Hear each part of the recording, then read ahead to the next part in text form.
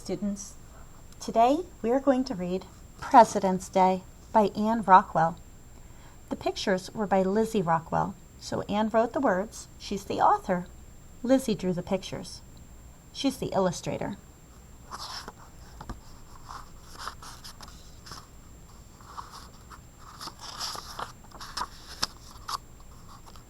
President's Day by Anne Rockwell.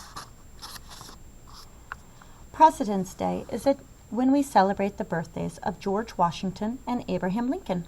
They were both born in February many years ago. They were both very great presidents of our country, the United States of America. Grown-ups vote every 4 years to choose the President of the United States. Each person votes for the person he or she believes will make the best leader. They don't all agree, so whoever gets the most votes becomes president.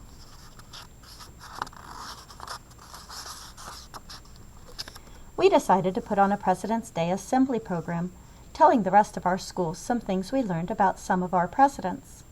We worked hard getting ready, painting and cutting, stirring and cooking flour paste, and tearing strips of newspaper for paper mache.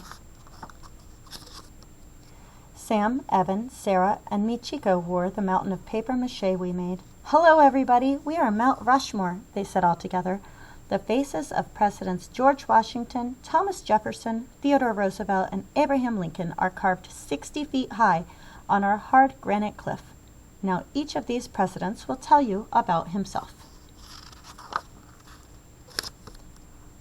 I was George Washington.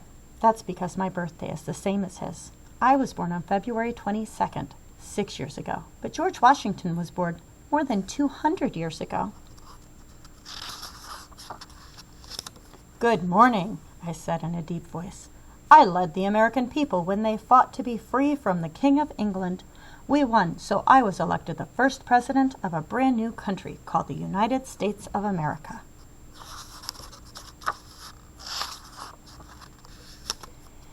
Abraham Lincoln was very, very tall, and Charlie is the tallest kid in our class. "I am the 16th President of the United States," he said. "I kept the United States together when it split in two." I said, "A house divided against itself cannot stand." And I meant it. We fought a long war to keep our nation together. That's why it's called the United States of America. United mean many stick together like one. Nicholas is a good writer who can always think of just the right word. When he came on stage wearing a red wig with a short pigtail in the back, he just sat at a desk, writing with a pen made of a feather.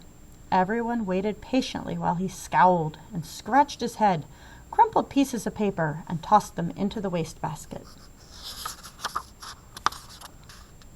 Finally, he cried out, "At last! It's done!" He stood up, bowed to the audience, and said, "Good morning. My name is Thomas Jefferson, 3rd President of the United States. I wrote something called the Declaration of Independence, and it told why we wanted to be free from England. It's pretty good if I do say so myself." He started to read what he wrote, but suddenly Jessica came galloping out on a hobby horse. "Good morning," she shouted. "My name is Theodore Roosevelt, but you can call me Teddy. I am the 26th President of the United States. When I was a kid, I was sick a lot and couldn't go out to play. But when I grew up, I was healthy and strong and loved the outdoors. I wanted a lot of this big, beautiful land to always be wild. That's why we set aside more land to be national parks where plants and animals could always be wild." So all of our national parks. What a great idea. Pablo and Evelyn came on stage carrying the long mural we had painted of giant redwood trees, the Grand Canyon, Old Faithful spouting, and the animals in the Everglades. Those are all national parks. We protect them so that we can't build malls and grocery stores all over them. They're nice and wild, so the animals have a place to be. We can go visit them. Beautiful parks. The rest of us joined them.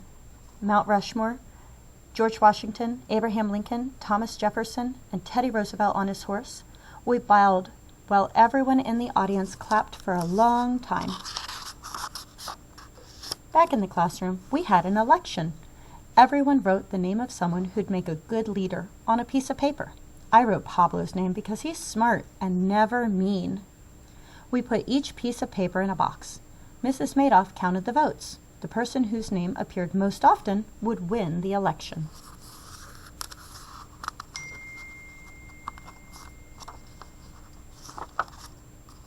Guess what? I won, just like George Washington, Thomas Jefferson, Abraham Lincoln, Teddy Roosevelt, and today's President of the United States. Now I'm the president of Miss Madoff's class.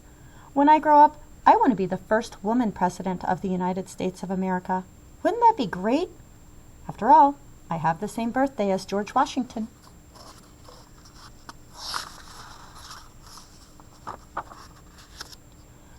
So here's George Washington, Thomas Jefferson, Abraham Lincoln, and Theodore Roosevelt.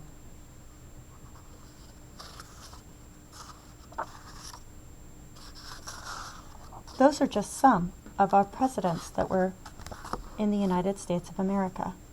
They all lived a long time ago.